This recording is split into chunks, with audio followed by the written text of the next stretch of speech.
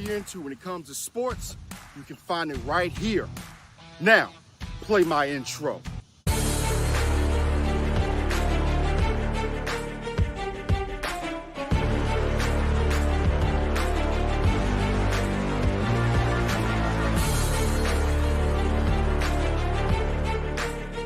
Now it's time for the Robb Johnson Sports Show, presented by Robb Johnson Media and the Legacy Maker Sports Network.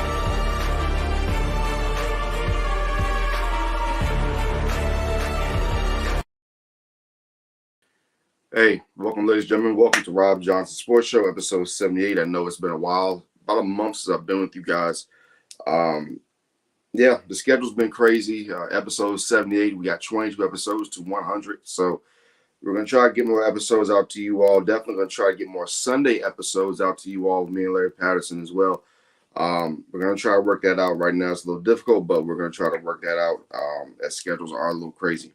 Now, let's talk about what's going on in the world of sports. As you see down there, we're going to give you top 5 Heisman contenders, your NFL power rankings. I'm only going to give you my 5. I'm not going to do any special video for that. We're going to do college football predictions, NFL game of the week, shut the hell up segment, and tell the world how you feel. It's not going to be that long this week. Not going to be that much to do. We're just going to give you the criticals of what you need to know. First, we're going to give you this video produced by myself of my top 5 Heisman contenders, and here we go.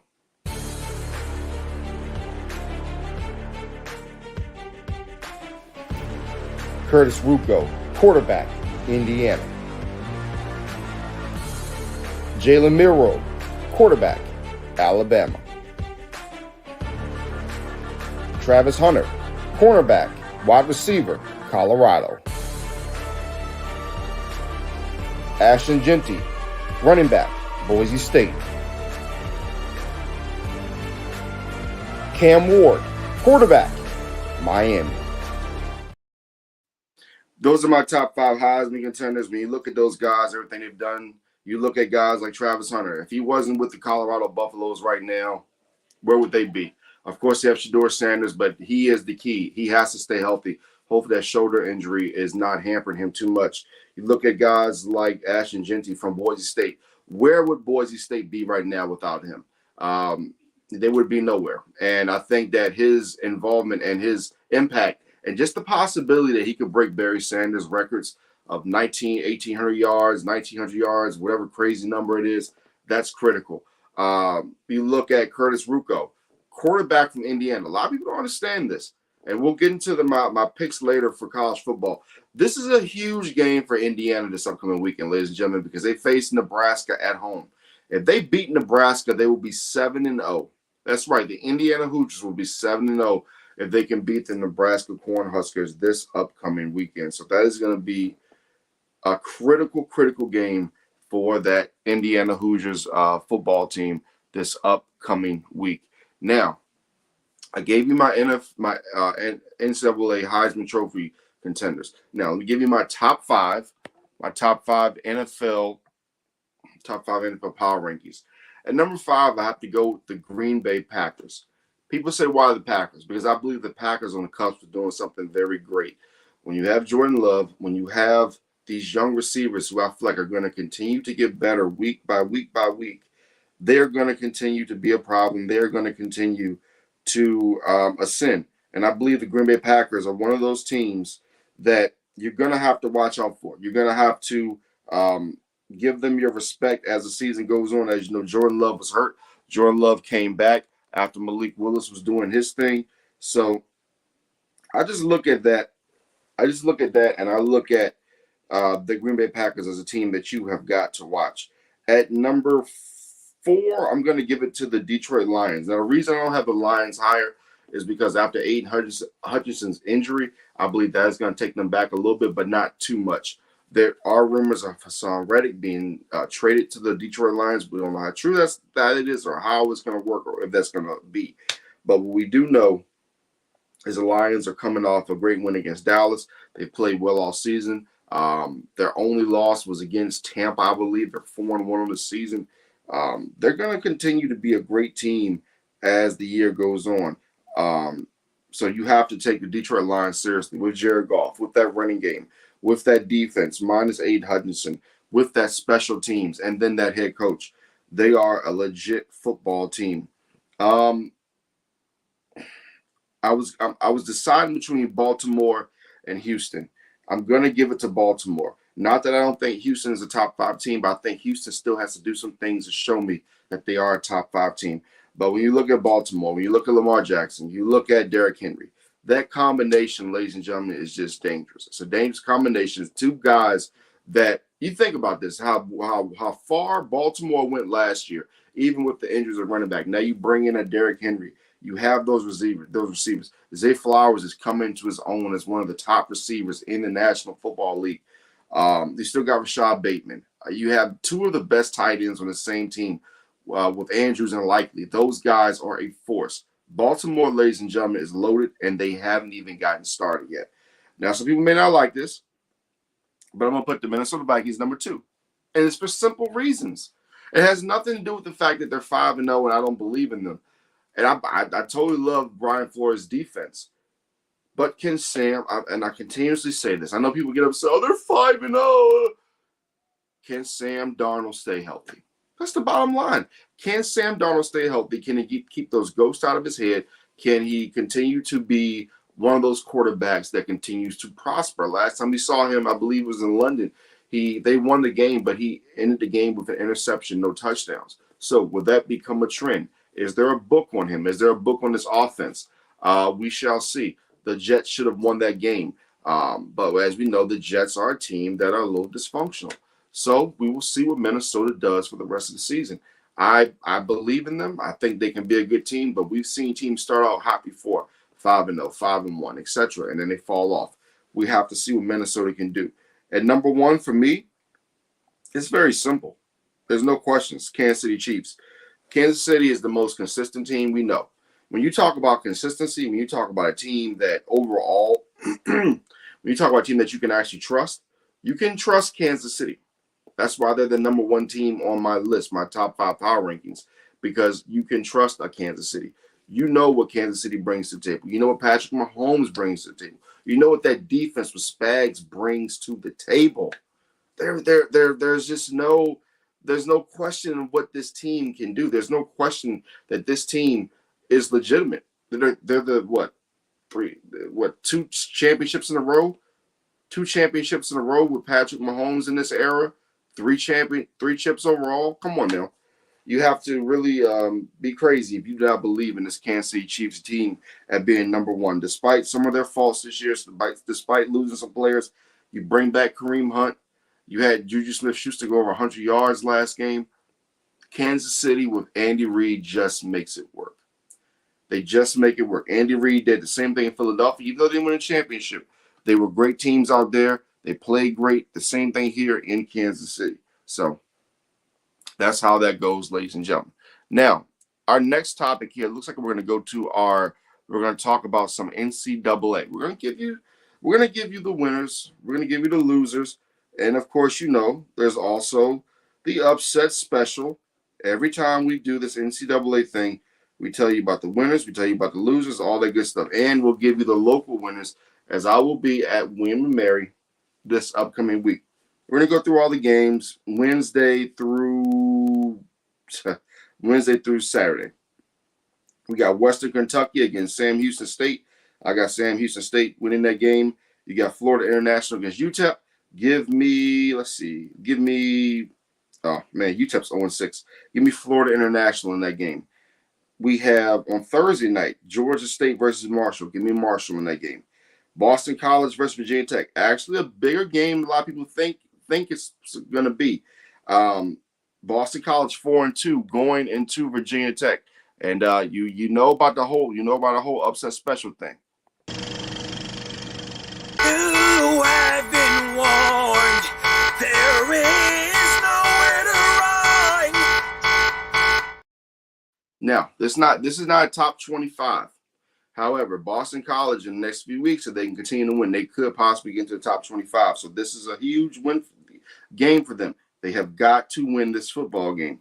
And if they can win this football game and win some other games, you look at their schedule. If I can pull their schedule up here, going forward.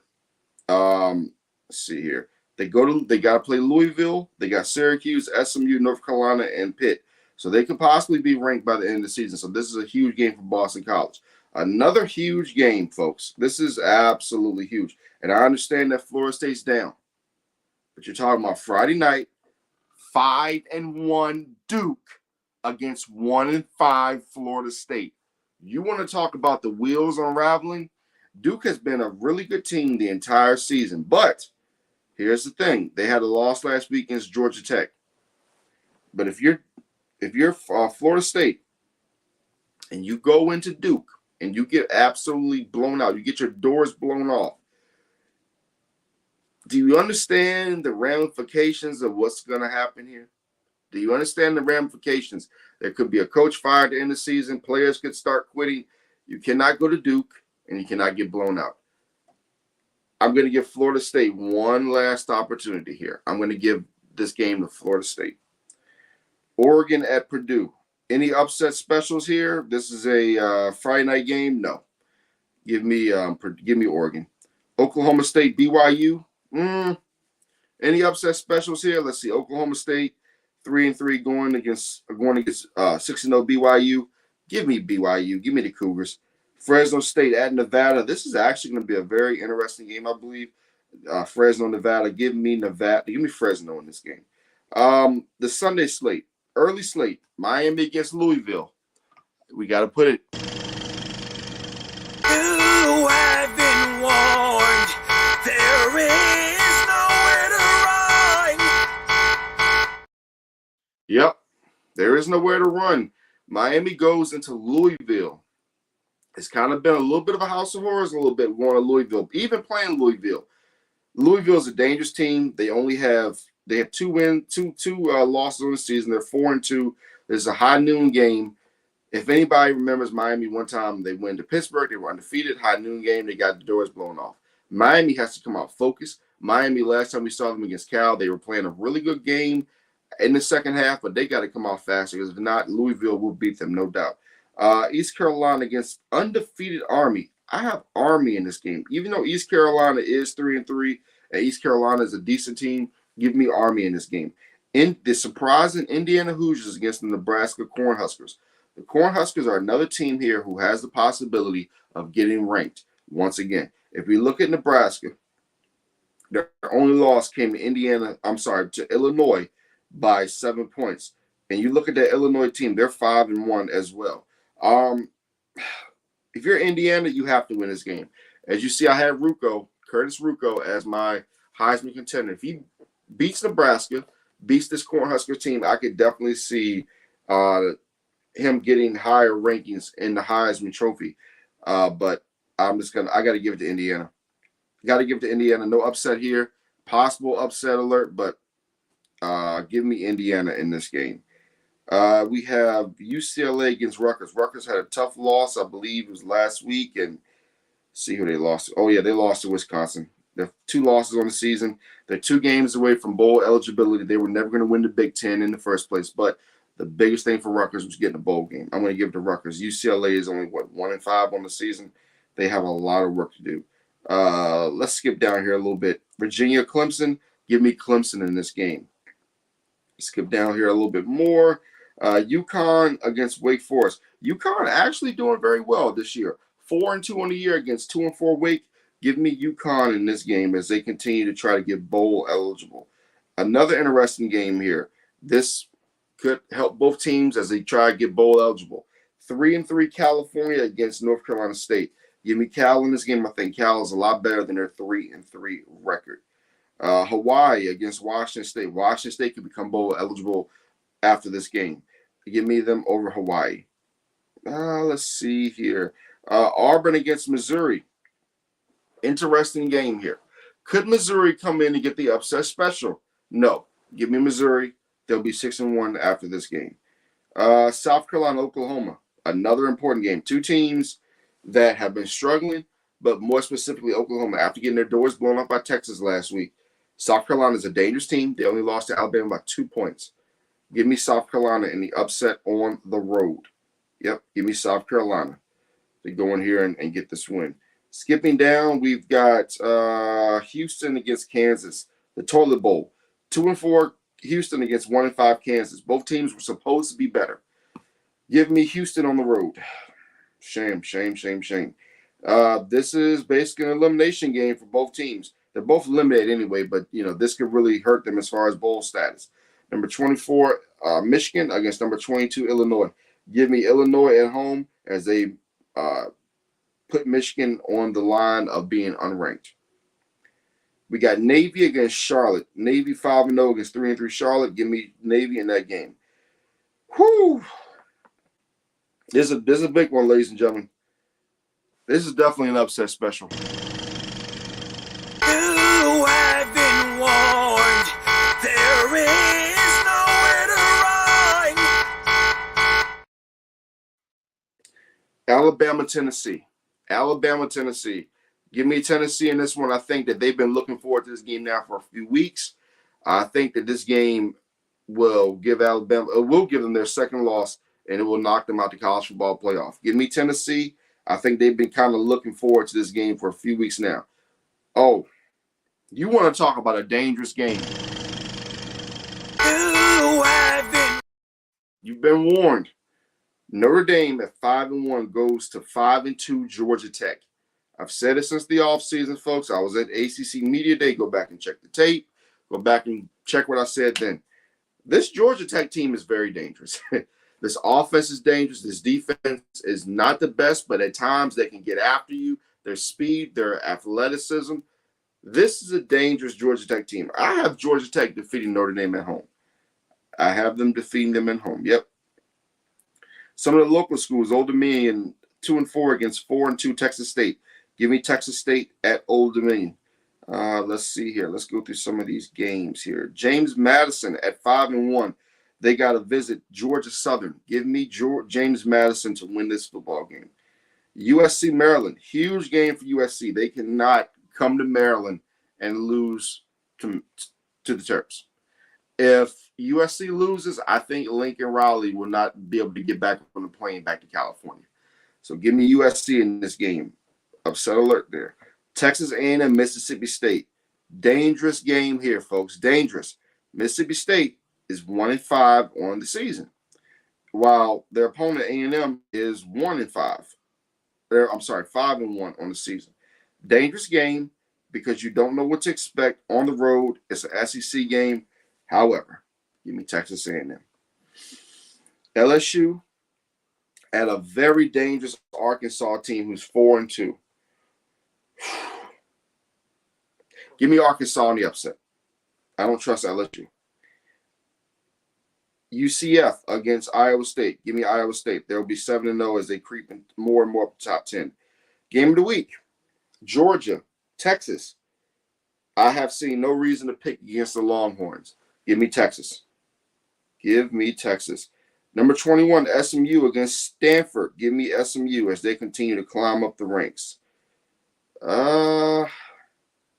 Some of the late games. UNLV against Oregon State. This is actually going to be a very intriguing game. This game is going to be on the CW, by the way. UNLV, Oregon State, 10 o'clock at night, Saturday night. Give me UNLV. Give me the Running Rebels. They've been playing some good football. TCU against Utah. Utah can't afford a loss here. Give me Utah. Now, we're going to go to some of the let's see here. We're going to go to some of the local games that I have here on Saturday. Let's see. Let's go to it. All right. So we have two 3:30 kickoffs. We have 6-0 Delaware, first in the CAA against 4-2 Richmond, who are fifth in the CAA. This is going to be tough. Both teams are really good. Richmond has to get up for a game like this. I'm going to take Richmond in the upset. The game I'll be at, 2-4 Campbell, 14th in the CAA against the eighth team in the CAA, the William Mary Tribe, who are 4-2. William Mary, like I said, I'm covering this game. They've got a really good running game. Their defense is opportunistic at a lot of times. You look at a guy like Darius Wilson. Let's check his numbers for the season. He's 6 touchdowns to only 1 interception. But he has been sacked 11 times, so that is a little bit of a concern. Um, Hollis Mathis, former quarterback, 23 receptions, 307 yards, 2 touchdowns. I'm going to give it to William Mary, but they've got to be very, very careful going into this football game. Now, folks, before we get to our next segment, let's get these few commercials in here. First, Latoris, and then we're going to get to our guy, Larry Patterson. Hey guys, this is Robb Johnson from Robb Johnson Media. And I just want to let you guys know Latoris, one of the best brands out there for activewear. No matter if you're hiking, running, playing golf, playing tennis, it doesn't matter what you're doing. When you have on this right here, ladies and gentlemen, trust me, you feel good and your performance will be great. Latoris, check it out today at latoris.com. Check out Game Time 365 Sports on the Game Time Sports Network. Larry Patterson bringing the heat to you every single time. Let's play that again. Make sure you all check out Game Time 365 Sports. Larry Patterson. Make sure you check out all his high school content. He's got college content, all that stuff. Again, make sure you check out Larry Patterson. Play it one more time. Check out Game Time 365 Sports on the Game Time Sports Network. Larry Patterson bringing the heat to you every single time. All right, ladies and gentlemen. All right, besides that, I got to add this really quick. We're going to get into the game of the week when it comes to the what do you call it? The NFL. I think we all know what that game is, and that it's this game right here, ladies and gentlemen. Kansas City, San Francisco. That's the game of the week. That's the most important game of the weekend. For those who don't think it is, I'm sorry, but it is. And why is it the most important game of the week? It's because the 49ers are 3-3 on the season. All right. The 49ers are not only 3-3 on the season, ladies and gentlemen, but they're also a team that has been in shambles a lot this season. They have not had Christian McCaffrey. They have not been healthy. They've been a team where you've had to literally say to yourself, is this the real 49ers? Last week, they beat Seattle Seahawks. They made a statement in that game. I believe that the 49ers will come back strong this week. Do I think they'll win the game? I don't know. But let's look at the stats. And the stats of this game are pretty alarming when you think about it. Brock Purdy, 1,629 yards, 9 touchdowns, 4 interceptions. Patrick Mahomes, 1,235 yards, 6 touchdowns, 6 interceptions. But you do know that he's missing a lot of his key players. So that could be one of the aspects of it. Travis Kelce still leads the team in receptions, 228 yards, 0 touchdowns. Brandon Ayuk, 23 receptions, 331 yards, no touchdowns. Right now, when you look at it, folks, the Kansas City Chiefs are 7th in defense. The 49ers are 10th in defense. Passing, 20th.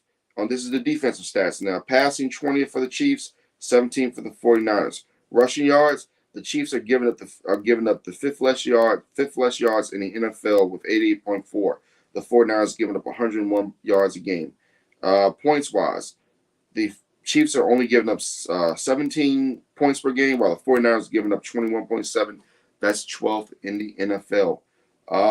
Offensive ranks, total yards, 11th for the Chiefs, 3rd for the 49ers. The 49ers are averaging 429.5 yards per game, while the Chiefs are averaging 364.8 yards per game. Passing yards, the 49ers are second with 262 a game. The Chiefs are ninth with 236.8. Rushing, the 49ers 158 per game, while the Chiefs are averaging 117 per game. The 49ers are tied for 8th for points for 27 a game, while the Chiefs are averaging 23.6 15th.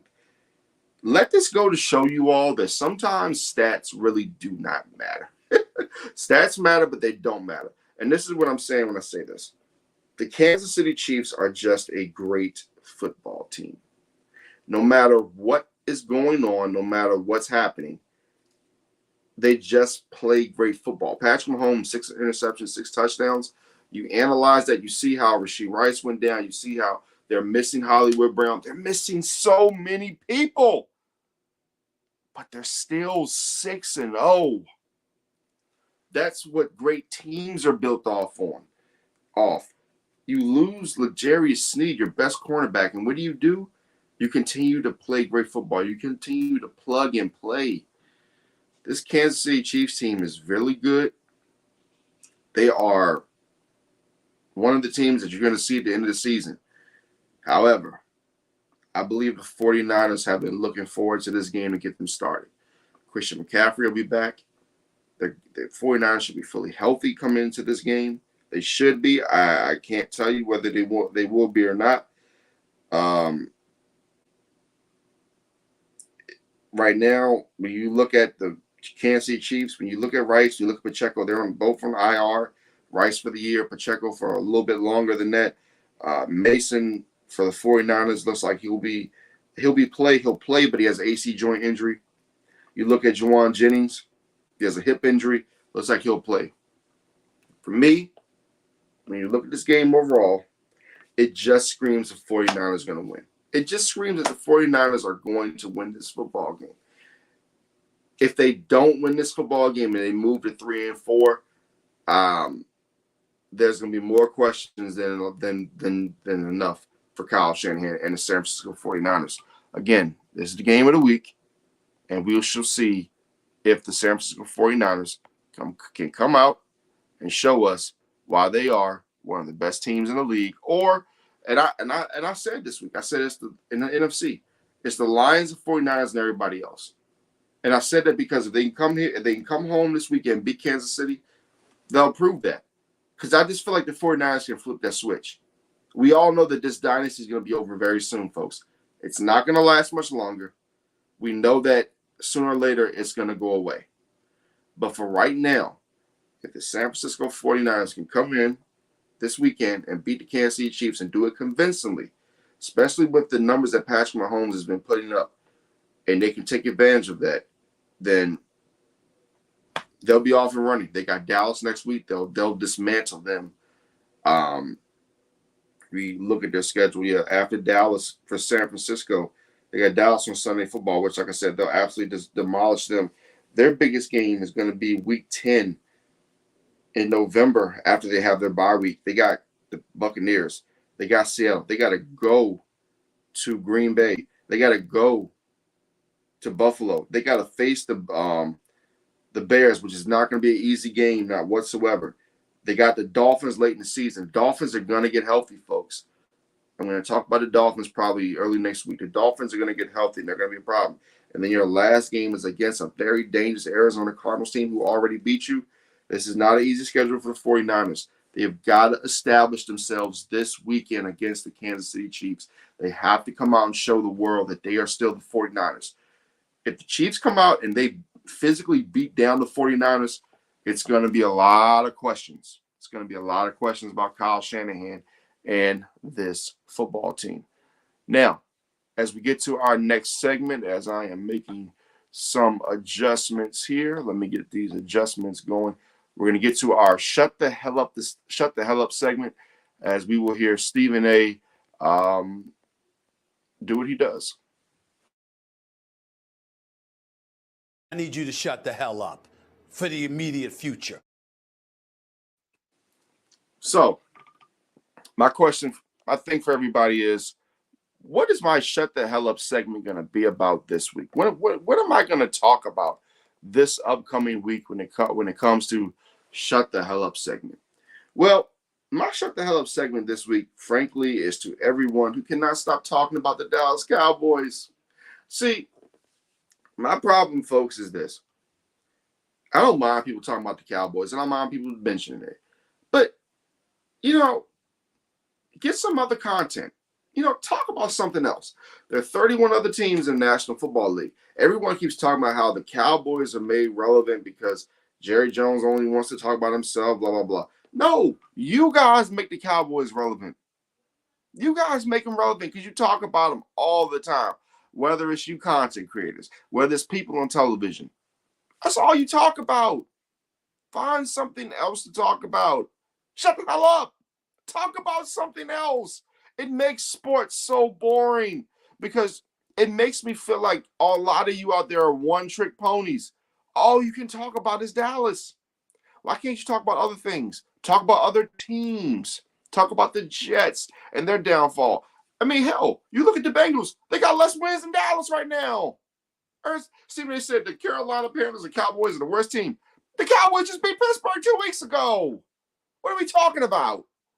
We're talking about and let me give some love as well. Let me give some love to the facility on FS1.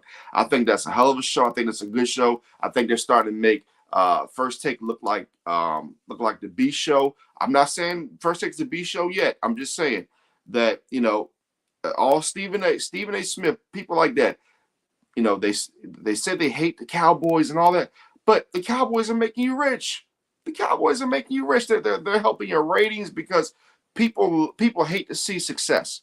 And the thing is, whether you like them or not, the Cowboys are the most they're the top franchise when it comes to earnings. You can't stop talking about them. So apparently you like them somehow. I'm a Cowboys fan. I don't even talk about them that much. I barely talk about them because there's other teams and other things to talk about. I remember the good old days in sports where we talk about everybody and not just the so-called big name teams. That's the problem in sports media today. A lot of you.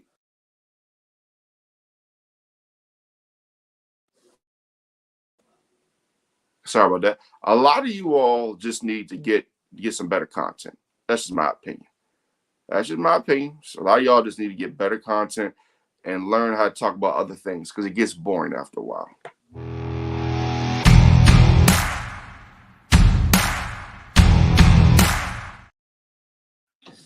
All right. Tell the world how I feel. This is not going to be anything too crazy today. I'm not going to get into any crazy subjects, blah, blah, blah. What I want to talk about is tonight, Dodgers against Mets. This is my problem, folks. This is game 2. This is game 2 of the NLCS. You got the Dodgers and the Mets, 2 historic franchises. We're not just talking about any teams here, folks. We're talking about the Mets and the Dodgers. The game is on FS1. The game's not even on Fox. It's on FS1. Baseball. What are you doing? The game should be on Fox. Fox represents baseball, tradition of baseball. Can you imagine this being 1997?